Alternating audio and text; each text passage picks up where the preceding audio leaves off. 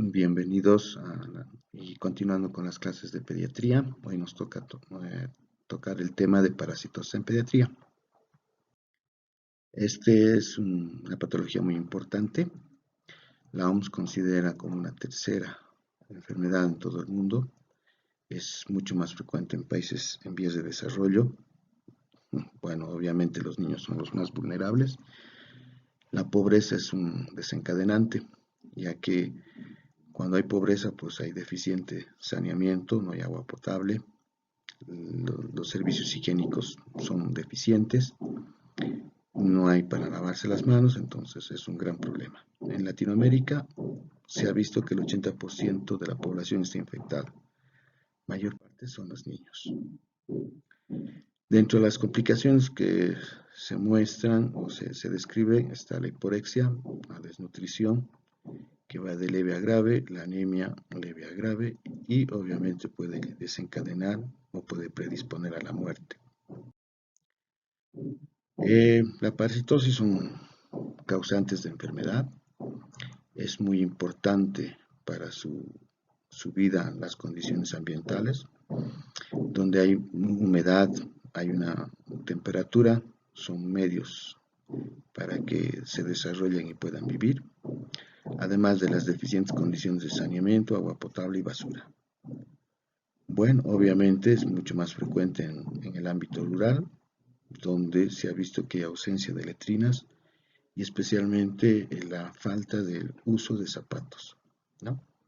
Obviamente no hay educación y hay deficiencias en la higiene y en la educación.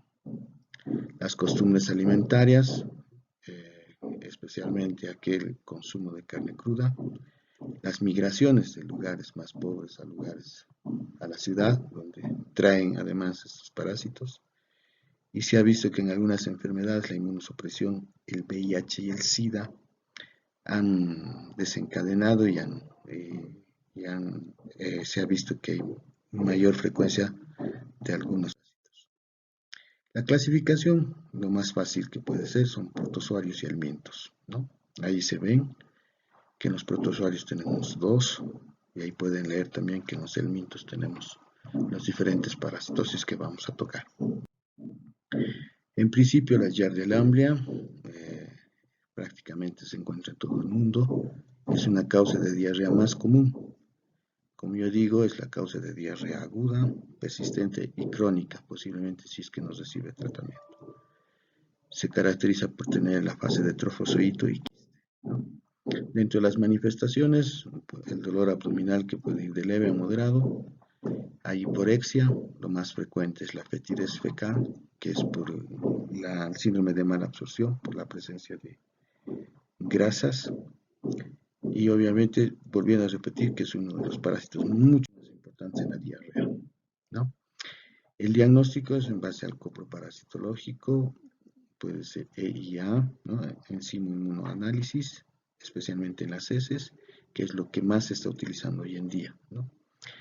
Obviamente se ha visto que el análisis de los líquidos enterales como el enterotest o biopsia no son de uso frecuente, es más, no se deberían hacer por ser invasivos, pero se los describe.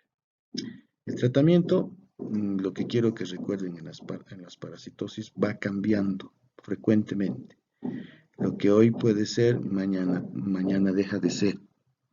Hasta el momento se ha visto que no se debe hacer tratamiento en asintomáticos, pero el principal medicamento para su tratamiento es el metronidazol, que debe utilizarse a razón de 15 miligramos por kilo día, dividido en 3 dosis durante 5 días, ¿no? Ahí se mencionan el tinidazol, la nitazoxanida y el albendazol, ¿no? Que son alternativas, pero nos quedamos en estos casos especialmente con medicamentos de primera línea, ¿no? Luego viene la entomeba histolítica, que es un parásito bastante con muchas complicaciones, por lo que se ha visto, además un estudio del CDC aquí en La Paz, aparentemente no existe entomeba Lo que más llama la atención dentro de sus manifestaciones clínicas son la diarrea, como sangre, poco apetito, dolor abdominal que puede ser hasta moderado, y las complicaciones, donde hay absceso hepático, absceso cerebral y presencia de absceso en la piel. Esto no es frecuente, por lo que eso también ayuda a que no tenemos mucha incidencia en nuestro país. El diagnóstico se hace por coproferiado, se puede hacer también por la reacción de cadena polimerasa en las heces, se puede hacer por una rectoscopía y además con la colonoscopía puede ser útil en casos de perforación intestinal. El tratamiento es el metronidazol, pero a diferencia de la giardia, la dosis es mucho más, ¿no? Puede ser de 35 a 50 miligramos kilogramo día, dividido en 3 dosis, y este debe recibir aproximadamente 10 días. Dentro de los helmintos, ¿no? Aquí tenemos que hablar de la Santa Trinidad o el trío oriental, que está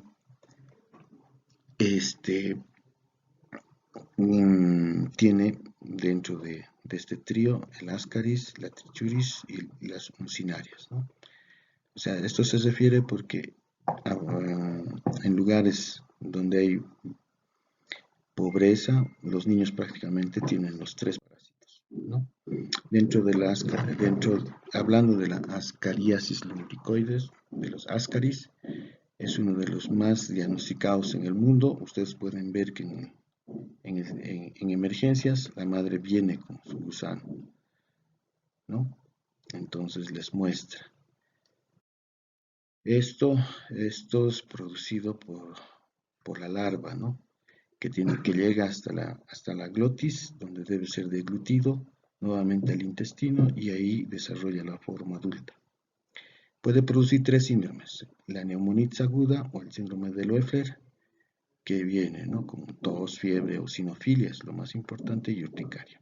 La obstrucción intestinal, que puede producir una invaginación intestinal, y por la presencia de gran número puede producir mala absorción de proteínas. La migración, donde hay grandes cantidades, incluso puede llegar a perforar la pared del intestino, produciendo una peritonitis secundaria, y también se ha visto que pueden obstruir los conductos biliares, ¿no? El diagnóstico es por el coproparasitológico, el mismo parásito y a veces por radiografía, con hallazgos casuales. Dentro del SUS, el medicamento de primera elección es el albendazol, 400 miligramos solamente una dosis, pero también se pueden utilizar el mebendazol. En esta patología lo más importante es que en obstrucción intestinal el tratamiento de primera elección es la piperacina, ¿no? Y a veces, obviamente puede ser tan importante esta obstrucción, forman grandes ovillos, el tratamiento es quirúrgico. Bueno, dentro de las uncinarias, lidera la lista de enfermedades tropicales, es una causa importante de pérdida de sangre intestinal. Lleva a una deficiencia de hierro y obviamente termina con anemia y desnutrición. Esto es mucho más frecuente en climas tropicales y subtropicales. Tenemos dos tipos: el ancilostoma duodenale y el Mercator americano. Puede producir dentro de la clínica una dermatitis vesicopapular, que también es conocido como prurito de la tierra, neumonitis, que es menos severa que la por ascaris, y los síntomas gastrointestinales: dolor abdominal, náuseas, vómitos, diarrea, eosinofilia marcada. Luego de 10 a 12 semanas muestran de signos y síntomas de anemia ferropénica y desnutrición. En los crónicos adquieren un tinte amarillo verdoso que se conoce como clorosis. El diagnóstico es por neumonitis, tos, sibilancias, y se toma una radiografía y ahí se ve un infiltrado intersticial.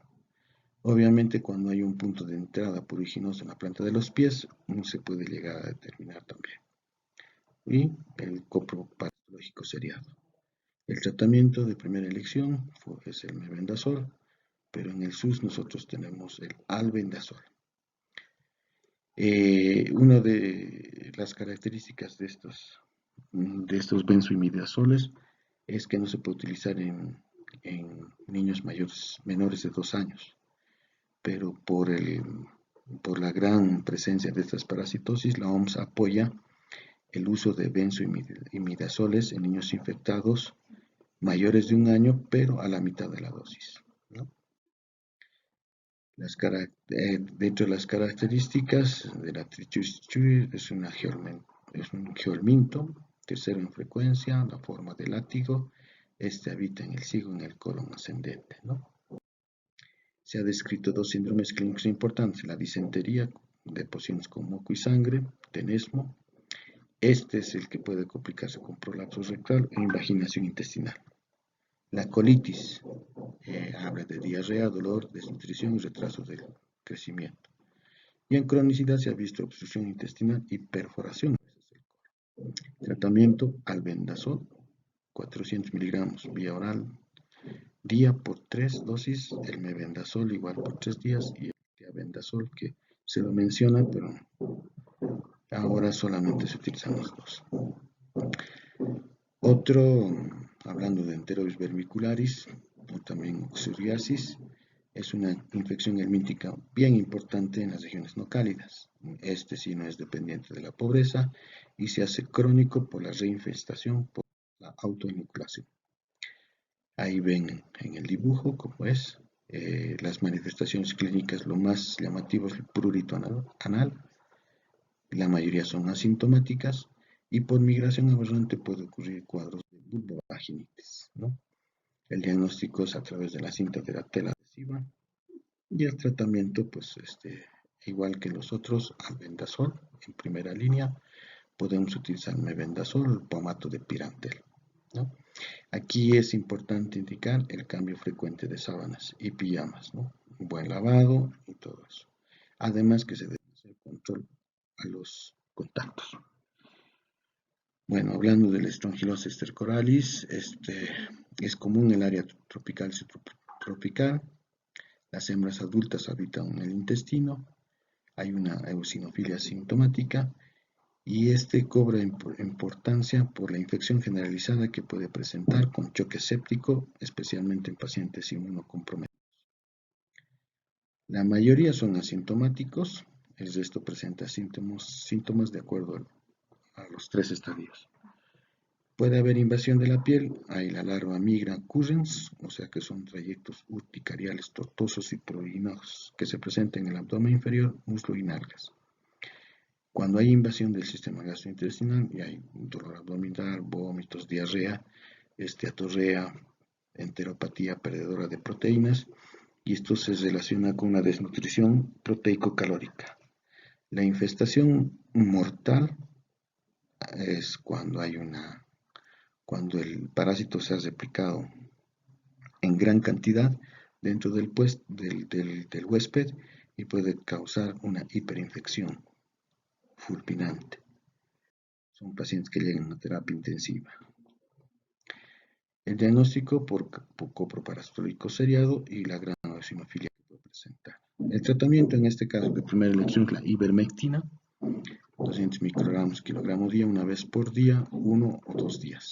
El albendazol, y en pacientes con el síndrome de hiperinfección, la ivermectina durante 7 a 10 días, además de tratamiento de soporte, antibióticos para las enfermedades oportunistas, especialmente para gram negativos.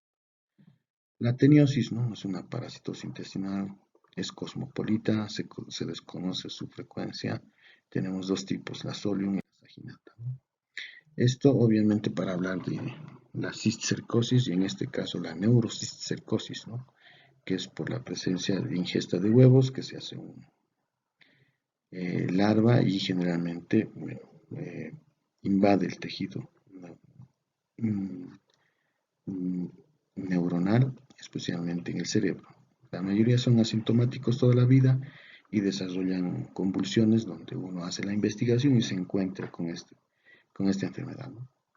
Puede haber trastornos de tejido celular subcutáneo, músculos, en la región ocular y en el sistema nervioso.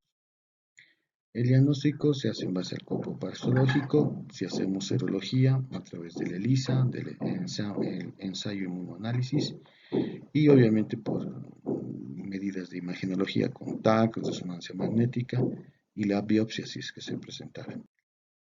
El tratamiento es el praziquantel, dosis única. En niños puede utilizarse la niclosamida a dosis de 50 miligramos kilogramo día. La nitoxanida puede ser útil y en la neurocistercosis utilizan esquemas prolongados con albendazol o albendazol combinado con praziquantel. La hidatidosis quística es producida por Echinococcus granulosos, amplia distribución mundial. En Bolivia más o menos es frecuente, de hecho 10 casos por año. Huésped definitivo son los perritos, ¿no? La incubación puede durar de meses a varios años, asintomático durante ese tiempo, y cuando los síntomas se presentan cuando llegan a presentar estos quistes más de 10 centímetros, ¿no? Donde se puede ver hepatomegalia, dolor, ictericia, tos, disnea, hemoptisis o vómica. El diagnóstico generalmente es casual, por radiografía o ecografía. Las pruebas serológicas que se pueden utilizar, el inmunoelectroforesis y ELISA, y también la tomografía y la resonancia magnética. El tratamiento, extirpación quirúrgica, albendazol, que es una terapia coadyuvante, cada 12 horas durante de 1 a 6 meses, ¿no? Eso es lo que puedo decirles, y lean el libro. Y más que todo, gracias por su atención y espero que les sirva para que terminen este tema. Gracias.